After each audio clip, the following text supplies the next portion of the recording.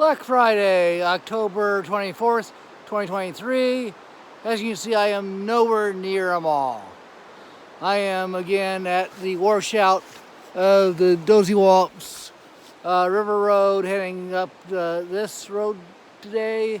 Some people have asked about whether this is a mountain bike. I've mentioned mountain bikes passing me on other videos. You got from where you park the cars now to the old Dosewallips Campground is just a hair over 6 miles. It is a great mountain bike track except for the washout detour. And what we're going to do today is we're going to go ahead, it's about a half mile, so that leaves you 5.5 miles of great mountain biking. But what we're going to do today is I'm going to film that half mile. I'm probably going to speed up the film so that just so you don't see me taking all the rest stops and hear me huffing and puffing up down the incline. But people have wondered, at least one person has wondered about what that bypass trail is like. And so we're going to film it today. There actually is 2 alternatives. There's the official bypass trail, which I'm going to take today. For more adventurous and daredevils, you can scoot along the river at low water level. It's not an official trail. If anything happens there, no one's going to find you. So it's a use at your own risk. I wouldn't use it solo. I have used it day hiking with my son before, so it is passable along the river. Just be aware you're against a bluff. River is right beside you, and rocks can come off that bluff without warning, so be forewarned. All right, we're going to turn around and head up the, I was doing a video shot down the riverside, and then we head up the bypass trail. All right, coming along the old Dosewallips Road, and at this point, the road just drops off into the river. I said you can go down there. This is the start of the bypass trail.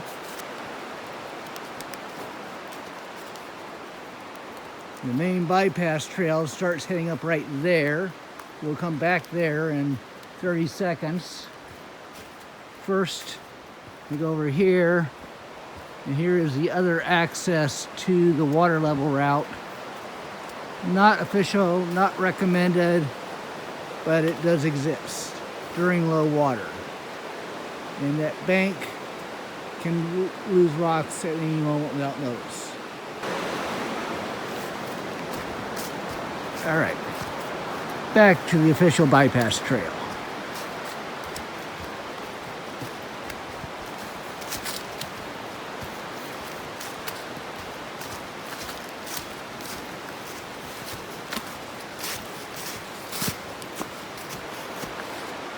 That's where we're going. I am being tracked today. So although I am solo, I think I'm the first one out here today, but it is a beautiful day after Thanksgiving. I'm sure there's a lot of other people wanting to burn off some calories. I expect to see others later today, and I'm not out here that early. I was a little surprised that I'm the only car in the parking lot. And you probably can't tell how steep this is, but you could put a staircase up this thing just as easily as doing the switchbacks. And I'm only doing trekking poles with one hand for the camera. I don't have a camera mount today.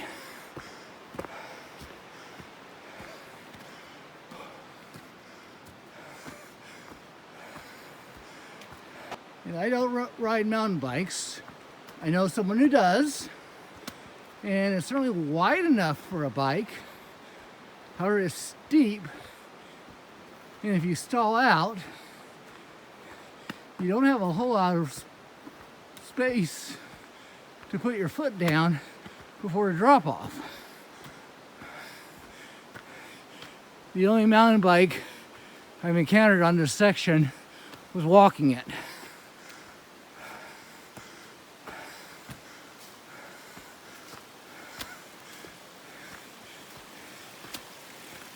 You do have a reliable source of water up here.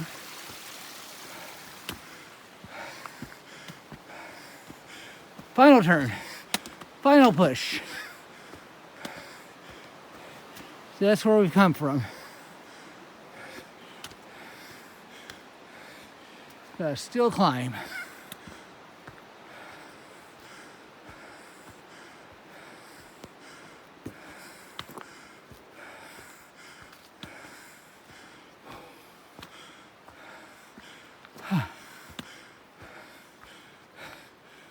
Topping out.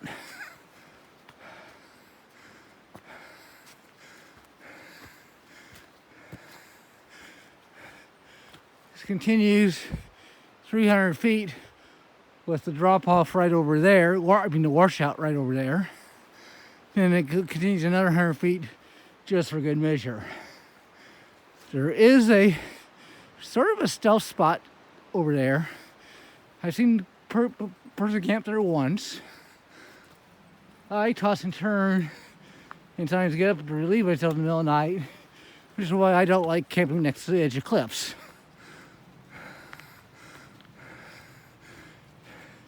Because we've climbed 75 to 100 feet, and it's a vertical drop off right over there.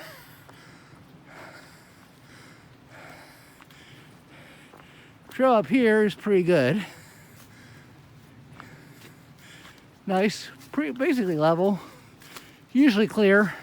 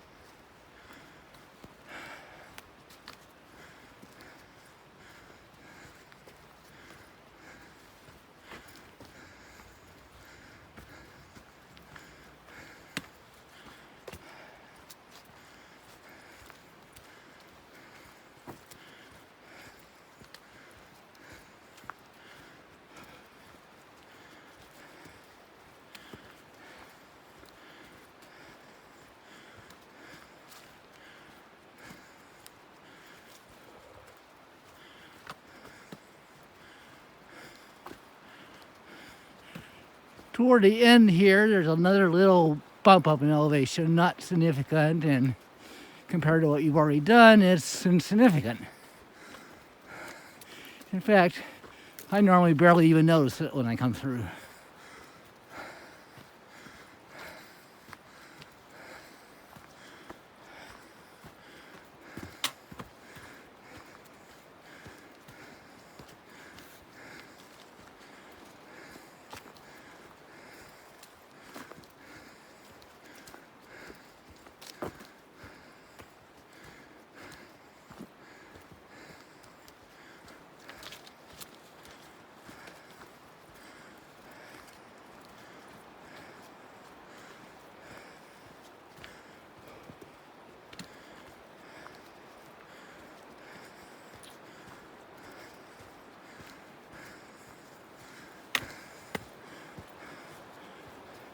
Final crest to the absolute high point here of the entire bypass trail. And then, since the objective is to get back to the road, whatever goes up must go down. This side is equally steep. I think there's one fewer switchback, but there are longer runs per switchback.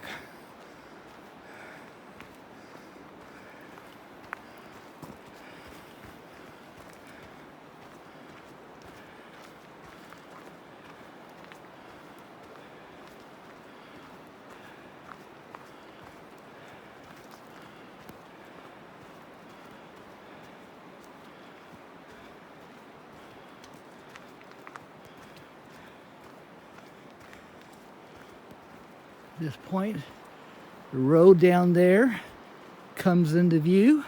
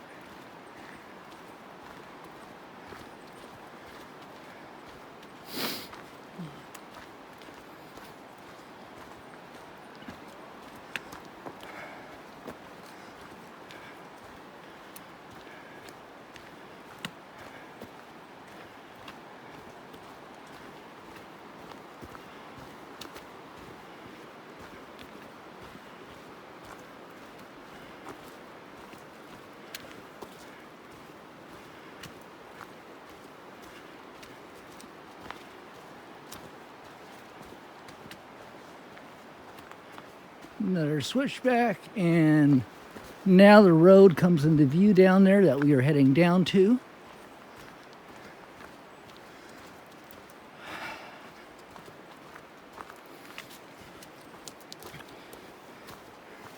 Good old routes that would challenge your mountain bike if you're doing that. Also challenge old guys trying to not trip and fall while filming.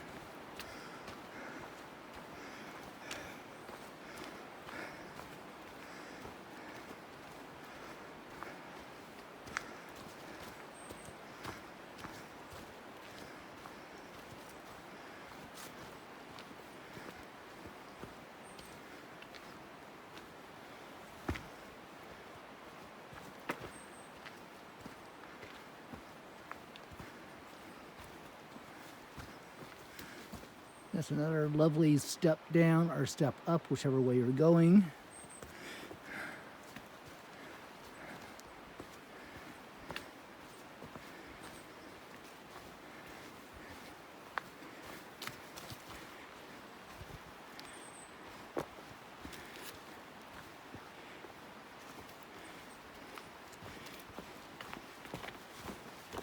And after that, we are back on the old Dosewallips Road.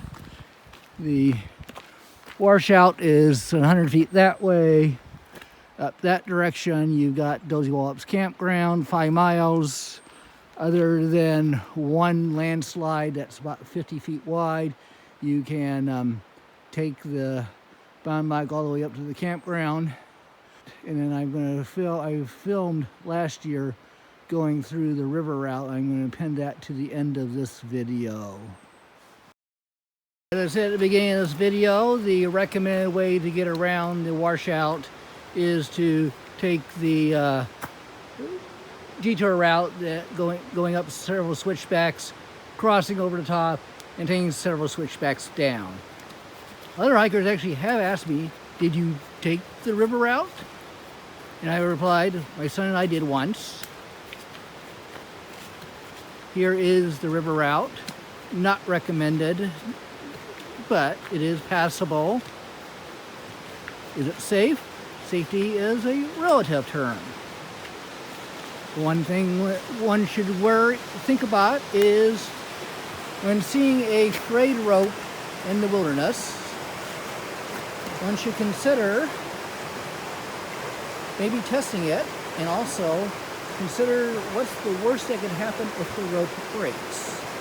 I do know that other people have used it today and appear to have lived, but I don't see them down there. If the river was any higher, this would not be passable. But we are going to give it a shot today. I think just beyond the trees. I'm not going to film this because I'm going to need both hands. I'm going to use the trekking poles because I have some balance issues. But beyond those trees, there is a little bit of minor rock hopping. Now that these trees have grown up, you're actually between the trees and the river, so you really can't fall into the river very easily. When it first happened, falling in the river was sort of an easier thing to do, which would not be good. All right, so as I said, we've got, this side is a good 10, 12 foot drop. There's a frayed rope here. The other side is an equal drop, but the trail is cut in a little bit better if you have some balance. I'd also be remiss to mention that if you twist your ankle along there and then you're duly reported missing and overdue by your contact, the search and rescue crew is not looking for you here. They are looking for you on the trail on top of that ridge. Likewise, if a rock comes loose, you might never know what hit you. So those are other things to take into consideration of how risky you want to live. All right, I lived. I am now across the washout. From the downriver side, it looks tempting. It looks easy. Beyond your eyesight, it gets a little on the sketchy side. And if the river's high, you have a lot less room to work with. If the river's low, you got a few more rocks to work with. And as I said, you've got a very unstable hillside right there. No guarantees. And as I said, on the far side, you have a frayed rope, which may or may not be there next time.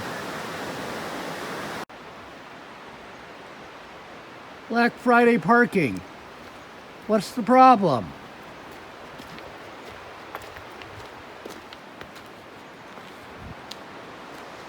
There's plenty of parking places out here.